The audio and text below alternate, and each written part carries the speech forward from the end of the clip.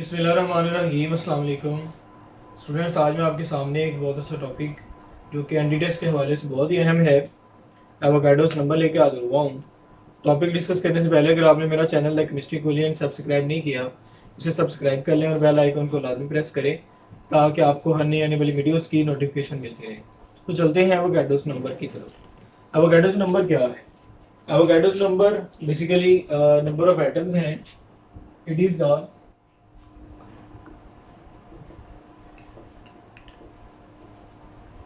number of atoms in an element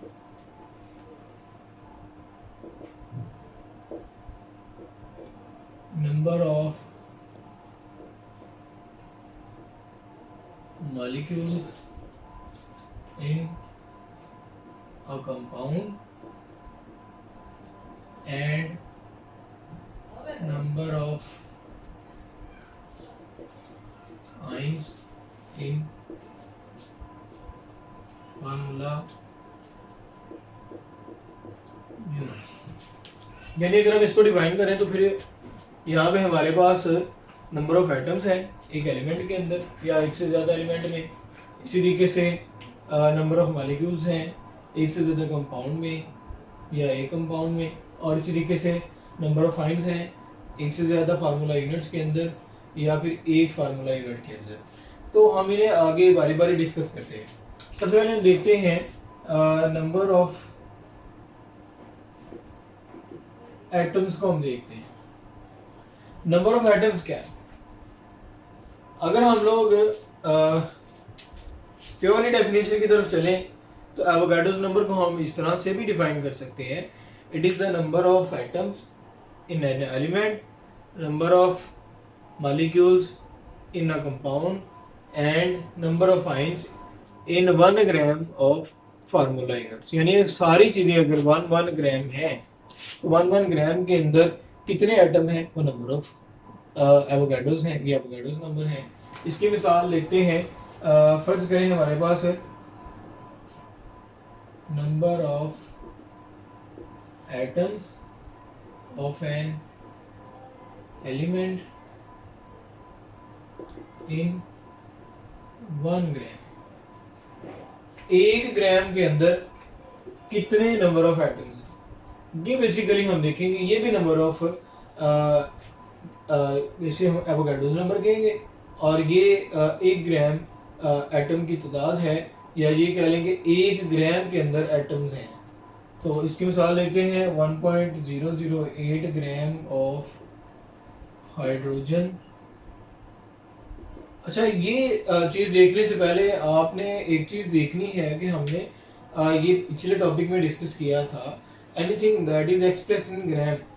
कोई भी चीज़ यानी नंबर ऑफ एटम होंगे, नंबर ऑफ मॉलिक्यूल्स होंगे या नंबर ऑफ आयन्स होंगे, कोई भी चीज़ जो कि एक ग्राम के अंदर एक्सप्रेस की जाएगी उसे हम लोग 1 ग्राम एटम या मोल या फिर इस तरीके से 1 मॉलिक्यूल या फिर मॉलिक्यूलर ग्राम या फिर इसे मोल का नाम देंगे।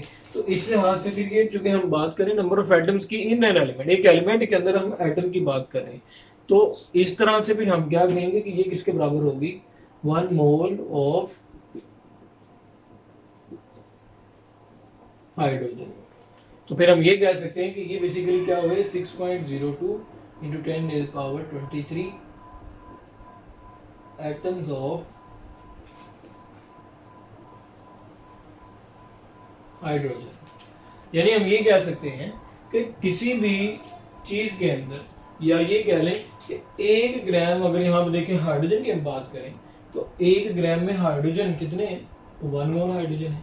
या ये कह लेंगे 1 ग्राम में 6.02 इंटू 10⁻23 एटम्स ऑफ हाइड्रोजन है। ये हमारे पास क्या हो गया? एवोगाड्रोस नंबर आ गया।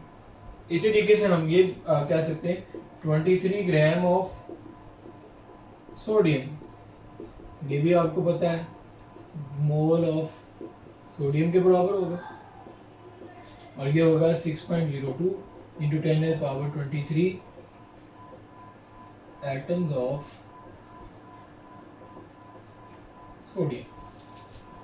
कोई भी चीज जो हम 1 ग्राम में एक्सप्रेस करेंगे that is called Avogadro's number. ये एक एलिमेंट में एटम्स की तादाद है। अब आप कोई भी अपने पास से एग्जांपल सपोज कर लें, जैसे 12 ग्राम, या ये कह लें कि 12 gram of magnesium, 12 gram magnesium ये बराबर है 1 मोल ऑफ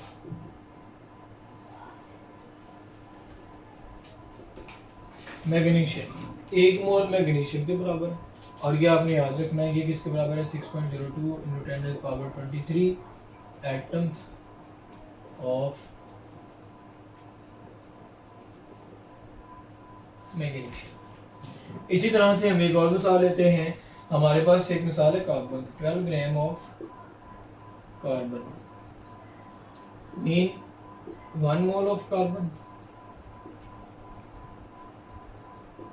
और ये क्या होगा 6.02 × 10⁻23 एटम्स ऑफ कार्बन। तो इसकी तो आपको समझ आ गई होगी। अगर आपको समझ नहीं फिर देख लें अच्छे से, नंबर ऑफ एटम्स क्या है। अब बेसिकली हम इसको अगर डिफाइन करना चाहें, कोई भी चीज़ जो हम ग्राम में एक्सप्रेस कर रहे हैं that is called number of atoms. ठीक है, इसी तरह से हम एक बात करते हैं आगे नंबर ऑफ मॉलिक्यूल्स के लिहाज से। तो 2.016 gram of hydrogen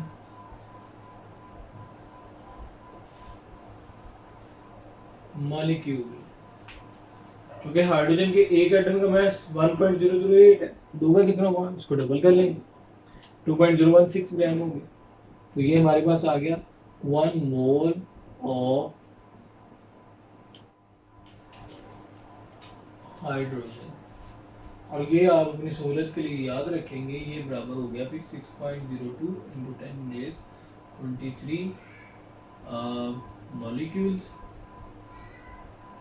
of hydrogen. अब चूंकि हम बात करेंगे एटम की, एक मोल में हमने देखना है हाइड्रोजन के कितने एटम हैं। चूंकि हाइड्रोजन जो है वो हमेशा H2 की स्टेट में लिखी जाती है इस तरह से। तो यहाँ पे फिर देखें हाइड्रोजन के कितने एटम हो गए 2। अगर 2 एटम है तो फिर हम यहाँ पे ऐसे लिखेंगे 2 × 6.02 × 10⁻23 एटम्स ऑफ हाइड्रोजन। ठीक है, तो ये हो गया हमारे पास ग्राम के अंदर एटम्स की तादाद। यानी हम ये कह सकते हैं कि 2.016 ग्राम ऑफ हाइड्रोजन H2 के अंदर, जो कि डेफिनेटली 2 एटम है, तो 2 × 1 मोल ऑफ हाइड्रोजन। इसी तरीके से हम एक और मिसाल लेते हैं। हमारे पास let suppose 28 gram of nitrogen. तो ये देखें कि नाइट्रोजन जो है उसको हम लोग हमेशा N2 की स्टेट में लिखते हैं। ठीक है, इस लिहाज से फिर हमारे पास 2 × 1 मोल ऑफ हाइड्रोजन नाइट्रोजन है, और ये बराबर फिर किसके हो गया 2 × 6.02 × 10⁻23 एटम्स ऑफ नाइट्रोजन। अब एक और मिसाल लेते हैं, 18 ग्राम ऑफ वाटर। आप इस लिहाज से यहाँ पे क्या कंक्लूजन निकालेंगे, 18 ग्राम पानी जो है उसके अंदर 1 मोल ऑफ वाटर के बराबर होगा। और ये आप याद रखेंगे, ये 6.02 × 10⁻23 मॉलिक्यूल्स ऑफ वाटर होगा। यानी हम ये कह सकते हैं कि 18 ग्राम ऑफ वाटर बराबर होगा 1 मोल ऑफ वाटर की। और इसी लिहाज से ये फिर 6.02 × 23 मॉलिक्यूल्स ऑफ वाटर के बराबर होगी। अगर आगे हम चलें तो आगे हमारे पास इसी को हम एक्सपेंड कर सकते हैं। अब 18 ग्राम के अंदर अगर देखें 2.016, या फिर सिंपली हम लोग ऐसे लिख सकते हैं 2.06 ग्राम ऑफ हाइड्रोजन है। ठीक है, इसी तरीके से अगर हम चलें आगे मजीद, इसमें 16 ग्राम ऑफ ऑक्सीजन है। तो फिर हम ये कह सकते हैं कि इसके अंदर ओवरऑल 1 मोल ऑफ हाइड्रोजन आएगी, और इसी तरीके से यहाँ से 1 मोल ऑफ ऑक्सीजन। ये फिर बराबर किसकी होगी 2 × 6.02 × 10⁻23 एटम्स ऑफ हाइड्रोजन, और ये हो जाएगा 1 × 6.02 × 10⁻23 एटम्स ऑफ ऑक्सीजन। यानी हम यहाँ से ये कंक्लूजन निकाल सकते हैं कि एक मॉलिक्यूल के अंदर कितने कितने एटम है, वो हम बारी बारी निकाल सकते हैं। चलिए एक और मिसाल लेते हैं। हमारे पास सपोज करें कि 98 ग्राम ऑफ सल्फ्यूरिक एसिड है। सल्फ्यूरिक एसिड का फार्मूला देखें H2SO4 है। अब इसमें अगर आप देखेंगे गौर से तो यहाँ पे आप देखेंगे हाइड्रोजन के कितने एटम हैं 2 इंटू ये कह लें कि हम बल्कि ओवरऑल लिखते हैं जैसे ये मैंने लिखा है, इसी तरीके से हम इनको बार बार एक्सपेंड करते हैं। यानी 2.0 ग्राम ऑफ हाइड्रोजन, क्योंकि हाइड्रोजन के एक एटम का जो मैस है वो 1 है, तो यहाँ पे चूंकि 2 एटम है तो 2 ग्राम हो गया। ठीक है, ये किसके बराबर हो गया 2 इंटू 1 मोल ऑफ हाइड्रोजन, और ये हो गया हमारे पास 2 × 6.02 × 10⁻23 एटम्स ऑफ हाइड्रोजन। ठीक है, इसी तरीके से हम आगे बात करते हैं सल्फर की। तो सल्फर 32 ग्राम ऑफ सल्फर, ये बराबर होगा 1 मोल ऑफ सल्फर, और ये किसके बराबर होगा 1 × 6.02 × 10⁻23 एटम्स ऑफ सल्फर। इसी तरीके से हम आगे देखते हैं ऑक्सीजन। तो यहाँ पे ऑक्सीजन के 4 एटम हैं, तो 4 एटम का मैस कितना होगा 64 ग्राम ऑफ ऑक्सीजन। ये भी किसके बराबर होगा 4 इंटू 1 मोल ऑफ ऑक्सीजन, और यहाँ से आप ये भी निकाल सकते हैं 4 into 6.02 into 10⁻23 atoms of oxygen.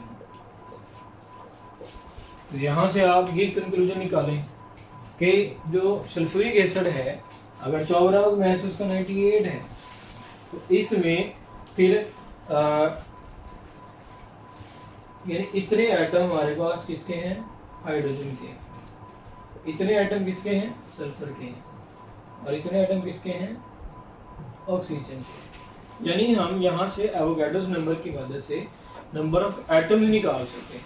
एक एवोगाड्रो नंबर फिर हमें इस लिहाज से क्या बताता है, एवोगाड्रोस नंबर हमें एक कंपाउंड के अंदर या एक मॉलिक्यूल में कितने एटम है उसके बारे में भी डिटेल से बता देता है। जैसे यहाँ पे सिर्फ एक सिंगल एटम में नंबर ऑफ एटम्स हम निकाल सकते हैं एवोगाड्रोस नंबर की मदद से, जबकि यहाँ पे एक कंपाउंड के अंदर कितने एटम हैं वो भी हम निकाल सकते हैं। जितने एटम होंगे उसको उसके साथ एवोगाड्रोस नंबर को मल्टीप्लाई करते चले जाएं, आपके पास ओवरऑल जो हाइड्रोजन या सल्फर है या ऑक्सीजन है, जैसे सल्फ्यूरिक एसिड के केस में कैसे कैसे वो नंबर ऑफ एटम्स की तादाद आती चली जाएगी, वो आती चली जाएगी, आप इस तरह से निकाल सकते हैं।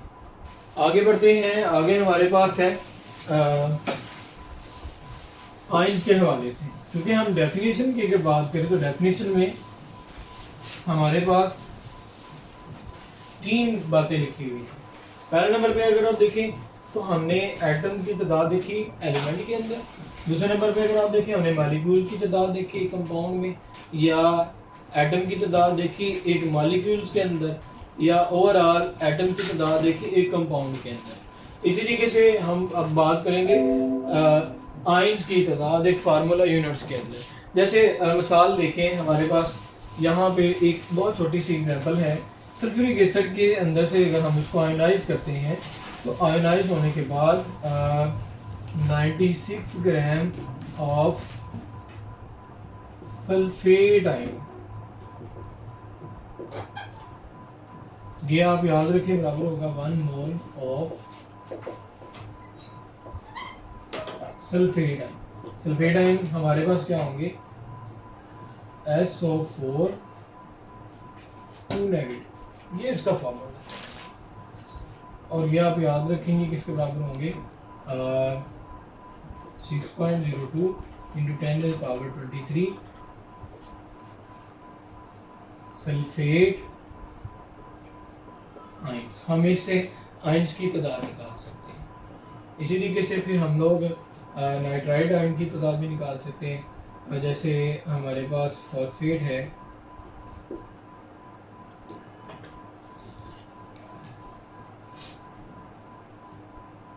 अब इसका मैथ हम पहले निकाल रहे हैं।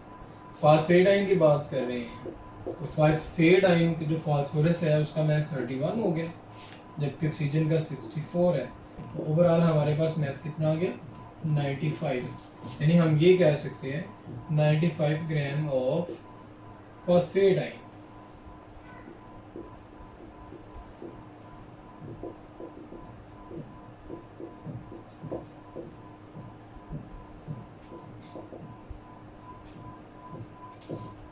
तो ये आप याद रखेंगे बराबर किसके हो गए, 1 mole of phosphate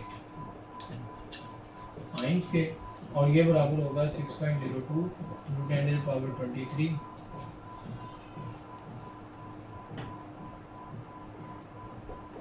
phosphate ions. तो हम क्या कंक्लूजन निकाल सकते हैं, एवोगाड्रोस नंबर हमें एक आयन में नंबर ऑफ आइंस की तादाद बताता है, या एक फार्मूला यूनिट के अंदर नंबर ऑफ आइंस की तादाद बताता है। इसी तरीके से हमें एक एटम में नंबर ऑफ एटम्स की तादाद बताता है, या एक एलिमेंट में नंबर ऑफ एटम्स की तादाद बताता है, और इसी तरीके से एक कंपाउंड के अंदर नंबर ऑफ मॉलिक्यूल्स या नंबर ऑफ आइंस की एटम्स की तादाद के बारे में बताता है। तो ये तो था एवोगाड्रोस नंबर के बारे में।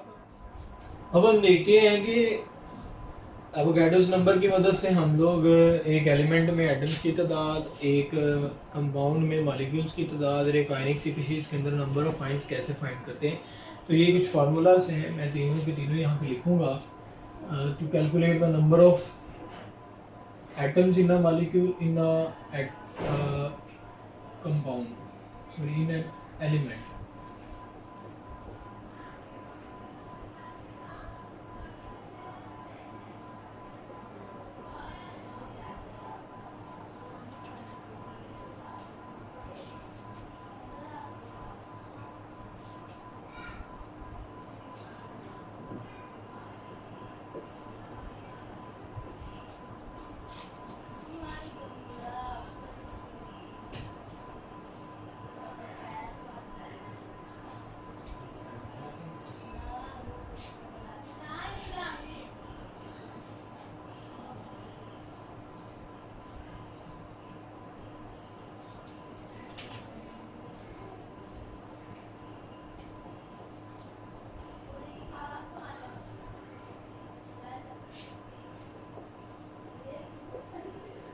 क्योंकि एवोगाड्रोस नंबर को हम लोग एन ए से रिप्रेजेंट करते हैं, इसलिए हम लोग बजाय इसके 6.02 इंटू 10 पावर लिखने के हम सीधे सीधे नंबर ऑफ एवोगाड्रोस या एन ए से मल्टीप्लाई भी कर सकते हैं। Number of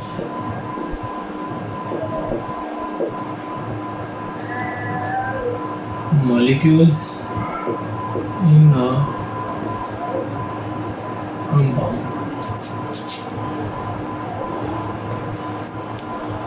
mass of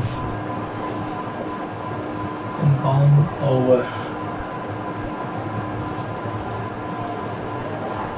molecular mass multiplied by Avogadro's number। और तीसरा फार्मूला जिसकी वजह से हम लोग किसी भी एटम के एलिमेंट में एटम या किसी कंपाउंड में मॉलिक्यूल्स या फिर number of ions in ionic species, mass of ionic species over ionic mass multiplied by Avogadro's। तो ये तीन फार्मूलाज हैं जिनकी मदद से हम आगे अपने कुछ न्यूमेरिकल्स को सॉल्व करेंगे। इनको आप अच्छे तरीके से ज़हन-नशीन कर लें। अब हम आगे चलते हैं। ये कुछ एमसीक्यूज हैं जो अभी अपने टॉपिक डिस्कस किया, उससे आगे कुछ एमसीक्यूज है। तो पहले इनको सॉल्व करते हैं। पहले नंबर पे देखें, हमारे पास ये पहला एमसीक्यूज दिया गया है। इसके मुताबिक अगर आप देखें तो यहाँ पे बताया गया है 27 ग्राम ऑफ वाटर कंटेन्स। अब कितने मॉलिक्यूल हैं? मॉलिक्यूल्स ऑफ वाटर, यानी इसमें हमने बताना है 27 ग्राम वाटर के अंदर कितने मॉलिक्यूल हैं। चार ऑप्शन हमें दिए गए हैं। 6.02 इंटू 10⁻23 है, फिर इस तरीके से 3.01 है इंटू 10⁻23 है, फिर इसी तरीके से 9.03 इंटू 10⁻23 है, और डी ऑप्शन है 1.2 इंटू 10⁻23। तो हम ऐसा करते हैं कि हम 27 ग्राम वाटर के अंदर मॉलिक्यूल्स ऑफ वाटर फाइंड करते हैं। पहले मैथमेटिकली सॉल्व करते हैं, फिर उसके बाद यहाँ पे जो बेस्ट ऑप्शन होगा उसको हम टिक करेंगे। तो सबसे पहली बात हम ऐसा करते हैं कि हम एक मोल फाइंड कर लेते हैं, या बेसिकली मोल फाइंड कर लेते हैं, या दूसरा जो बेहतरीन तरीका ये है मॉलिक्यूल फाइंड करने के लिए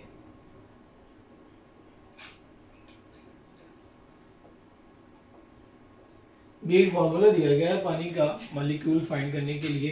तो मैस ऑफ वाटर है ओवर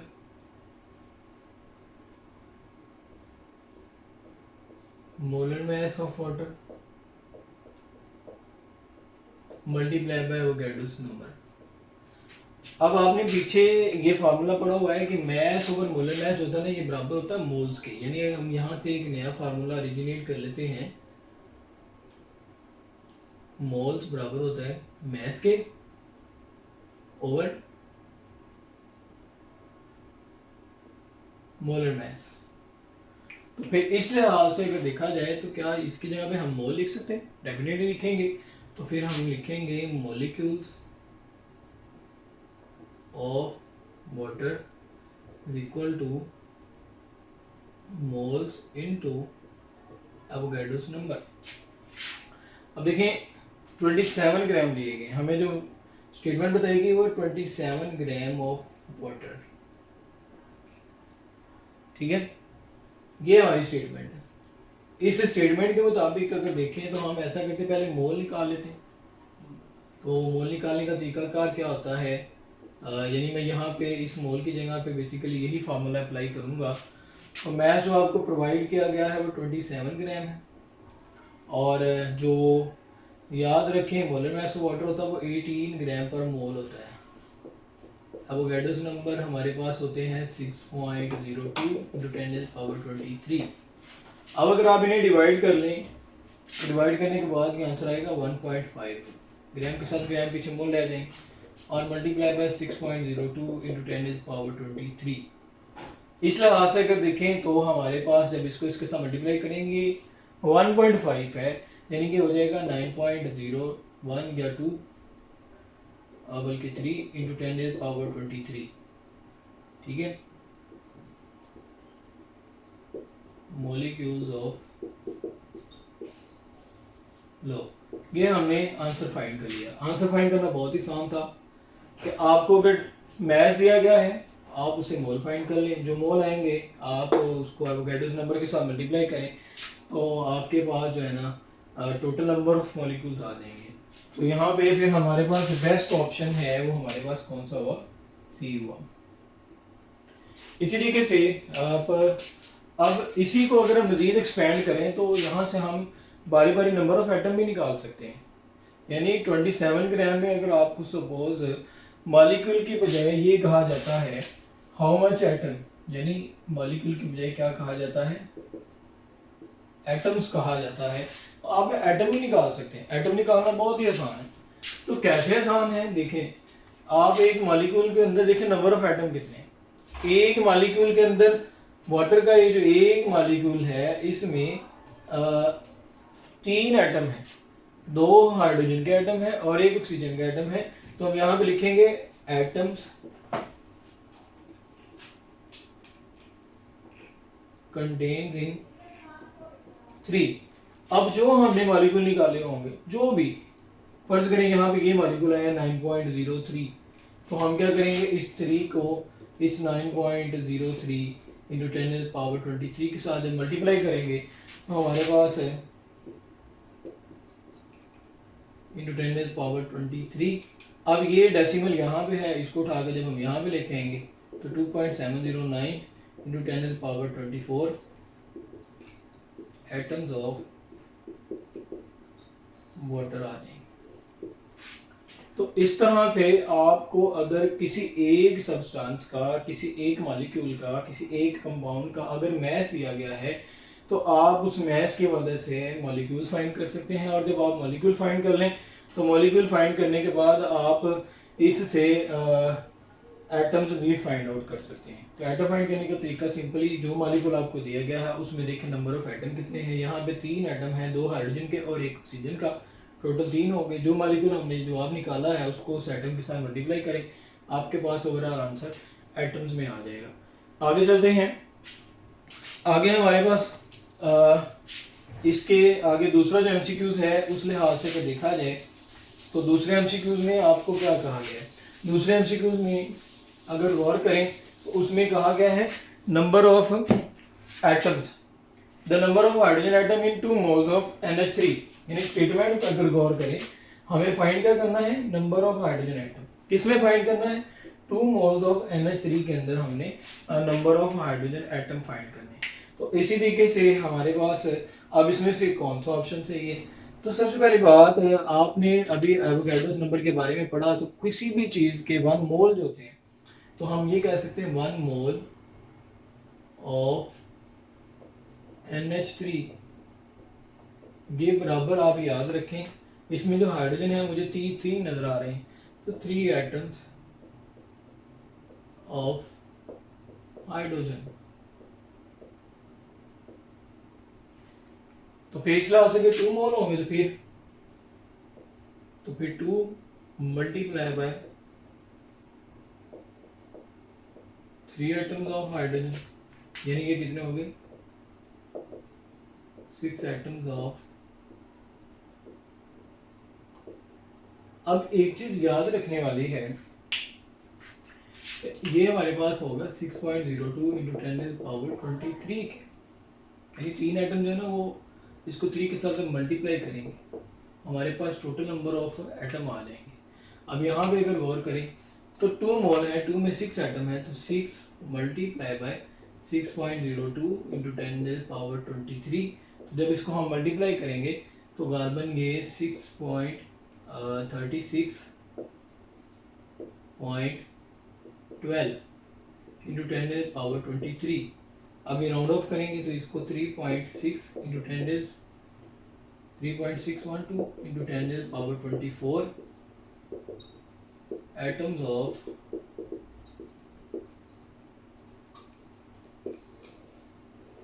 हाइड्रोजन। तो यहाँ पे देखें कि कौन सा ऐसा आंसर है, तो 3.61, मुझे तो यही आंसर इसका बेस्ट है। ठीक है, इस तरह के आप किसी भी एमसीक्यूज को इजीली सॉल्व कर सकते हैं। अब हम मजीद आगे चलते हैं एमसीक्यू नंबर 3 की तरफ। एमसीक्यू नंबर 3 में अगर आप देखें तो यहाँ पे हमें कहा गया है 98 gram of sulphuric acid H2SO4 contains how many ions of sulphate, यानी 98 ग्राम सल्फ्यूरिक एसिड में सल्फेट के कितने आयंस मौजूद हैं। तो यहाँ पे हमें जो ऑप्शंस दिए गए हैं उनमें 1 मोल सल्फेट है, 2 mole of sulphate, 4 mole of sulphate और 3 मोल ऑफ सल्फेट। सबसे पहले काम हम ये करते हैं कि हम 98 जो ग्राम है उसके हम लोग मोल्स फाइंड आउट कर लेते हैं। तो मोल्स फाइंड करने का फॉर्मूला आपने पहले भी पढ़ा है, मोल्स बराबर हो गया मैस ओवर आयनिक मैस। क्योंकि हम आयन पढ़ रहे हैं या आयनिक सब्सटेंस पढ़ रहे हैं या कंपाउंड पढ़ रहे हैं तो तब भी किया जा सकता है, मोलर मैस भी से कह सकते हैं। तो मैस हमें दिया गया 98, सल्फ्यूरिक एसिड का मोलर मैस भी 98 ही होता है। ये तो बात सामने आ गई कि ये 1 मोल है। अब हम ऐसा करते हैं कि जो सल्फ्यूरिक एसिड है उसकी इक्वेशन को, यानी उसकी जो फार्मूला है उसको हम आयोनाइज करते हैं। जब इसे हम आयोनाइज करेंगे तो इसमें तो यहाँ से बहुत सिंपल सा आंसर हमारे पास आ गया है। हमने मोल तो फाइंड कर लिए पहले, अब सल्फेट के आयन हमें फाइंड करने हैं। तो आप यहाँ पे देखेंगे, यहाँ पे सल्फेट के आगे कुछ लिखा हुआ है, मेरे ख्याल कुछ नहीं लिखा हुआ, इसका मतलब 1 तो लिखा हुआ है। तो हम ऐसा करते हैं H2SO4 contains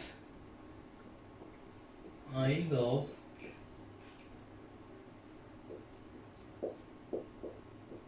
ये 1 है।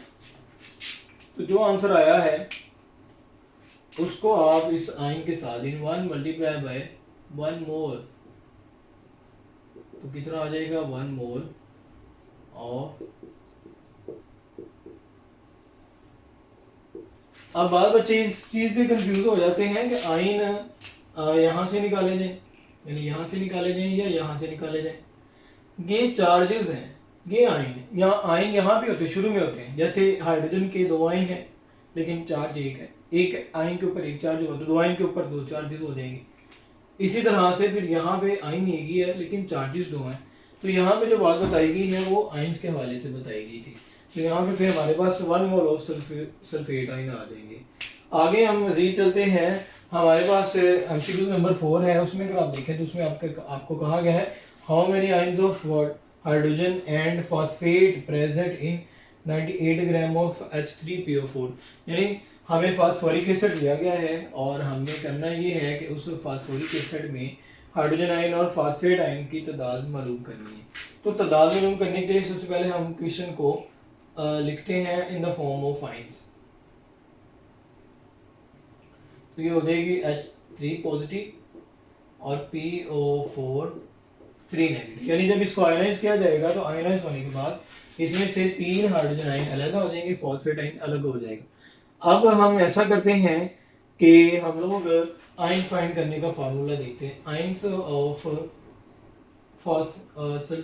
H3PO4, mass ऑफ आयन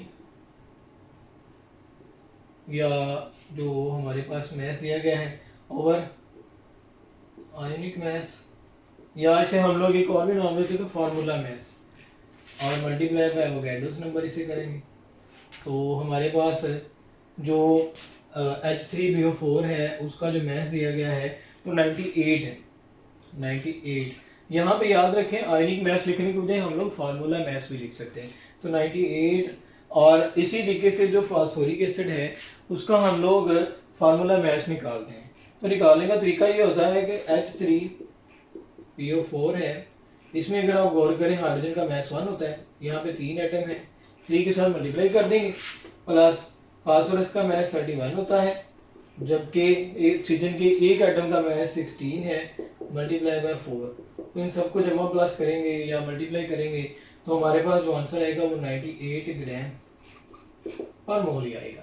तो यहाँ पे 98 मल्टीप्लाई बाय 98 और यहाँ पे एवोगैड्रोस नंबर 6.02 इंटू 10⁻23।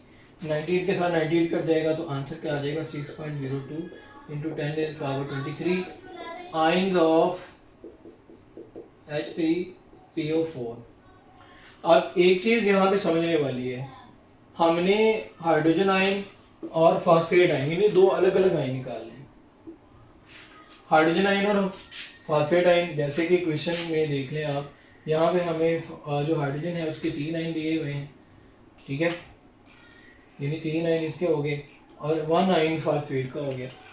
तो 3 और 1 4 आयन हो गए। दो तरीके होते हैं आयन को निकालने के, अलग-अलग भी आयन निकाले जा सकते हैं कि इसमें कैटाइन 3 है तो 3 के साथ ये जो आयन है इसको मल्टीप्लाई करें कैटाइन आ जाएंगे। अगर हम लोग 1 के साथ मल्टीप्लाई करते हैं तो यहाँ पे एनाइन 1 ही है इसलिए हमारे पास एनाइन आ जाएंगे। लेकिन हम यहाँ पे हमें टोटल आयन बेसिकली आंसर में हमें कुछ भी नहीं बताया गया, जस्ट हमें आयन की तादाद ही बताई गई है कि आयन कितने होंगे, तो इसका मतलब टोटल आयन होंगे। फिर तो टोटल आयन को निकालने का तरीका ये है कि 3 आयन ये हो गए और एक आयन फास्फेट का हो गया, 4 आयन हो गए। तो 4 मल्टीप्लाई बाय जो हमने ये वाले आयन निकाले हैं ओवरऑल फास्फेट के, उनको मल्टीप्लाई करेंगे।